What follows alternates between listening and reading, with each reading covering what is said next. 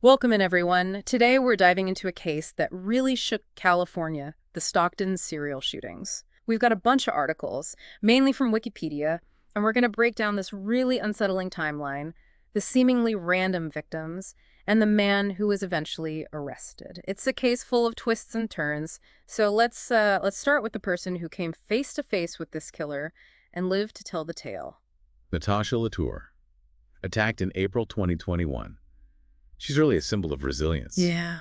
Imagine facing a gunman and fighting back. She was shot, what, multiple times?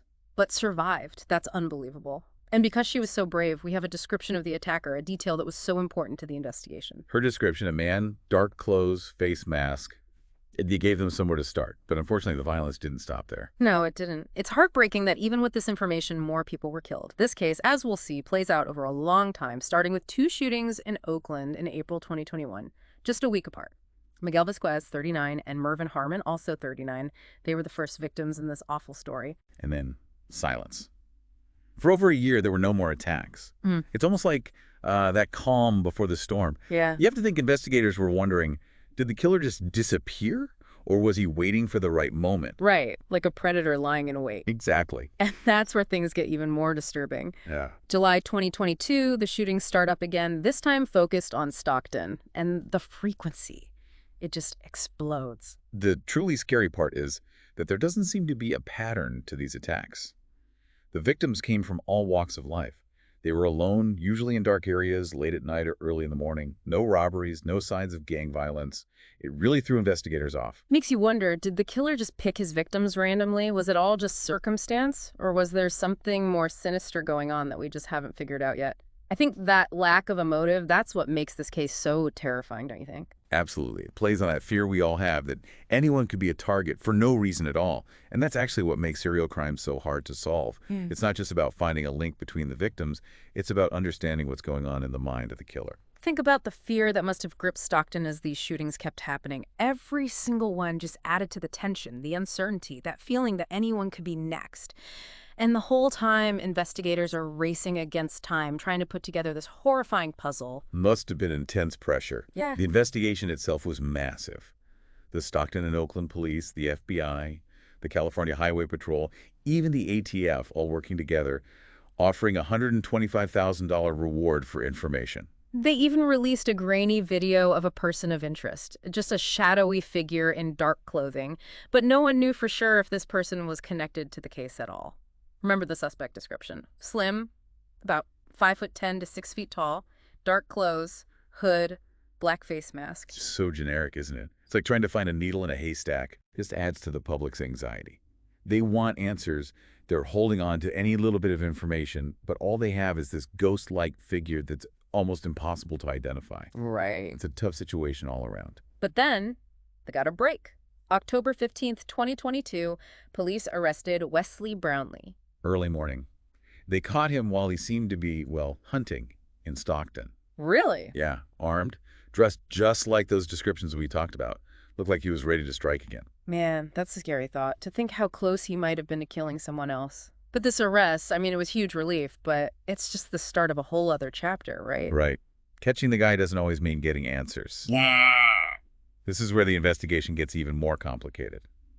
Brownlee's past. His story is, well, troubled, to say the least. Grew up in Oakland, had a terrible loss when he was just a kid.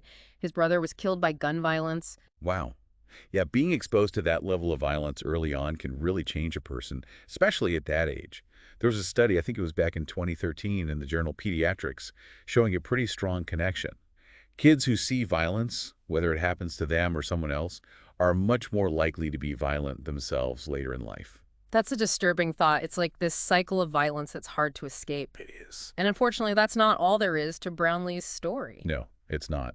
There was that arrest when he was a juvenile for a sexual assault, though he always said he didn't do it. Right. Later on, convictions for drugs, possession and dealing, even did time in San Quentin. Okay, let's pause here for a second. Some people might say that talking about a suspect's past is just making excuses for what they did. How do we as a society find that balance between trying to understand what causes violence and holding people accountable for their actions? It's a tough question. Criminologists, psychologists, they're always trying to figure that out. It's not about letting people off the hook. It's more about trying to grasp how people develop, how their environment and their own choices come together. We've got Right. this concept of adverse childhood Yeah. experiences, or ACEs. Studies show that the more ACEs someone has, the higher their risk of criminal behavior. Uh-huh. But it's not a guarantee.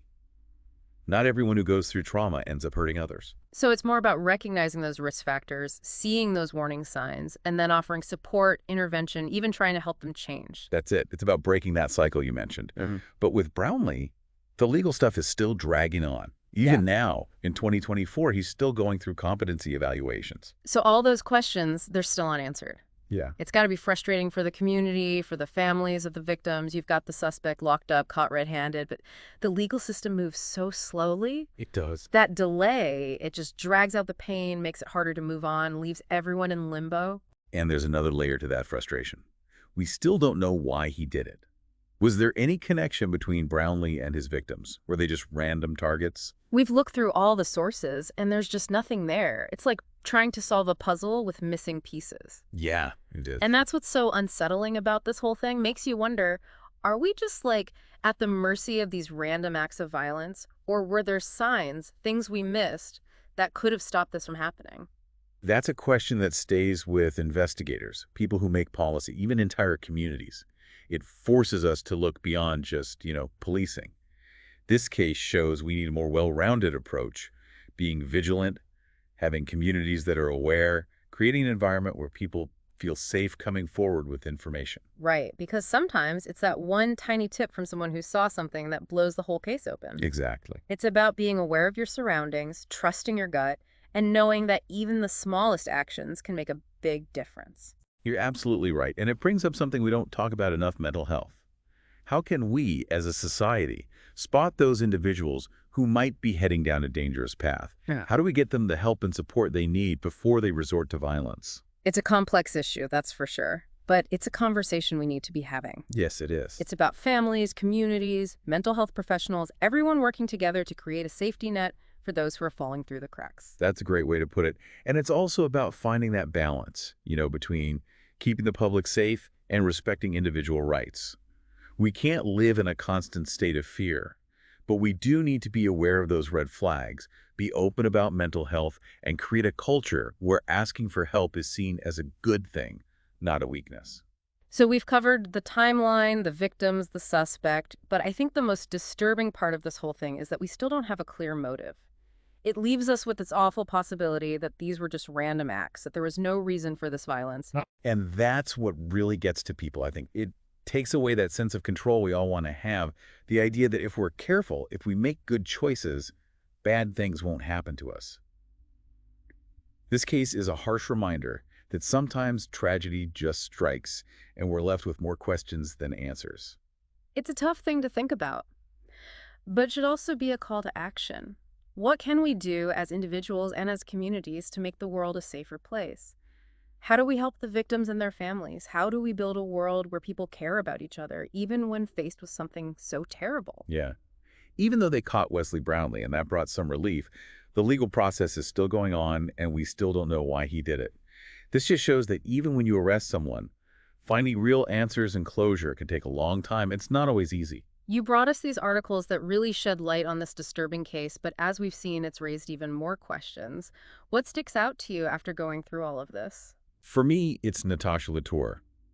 She's the one who really stands out. She's a symbol of courage and survival, even after facing something so horrific. I think that's a good takeaway.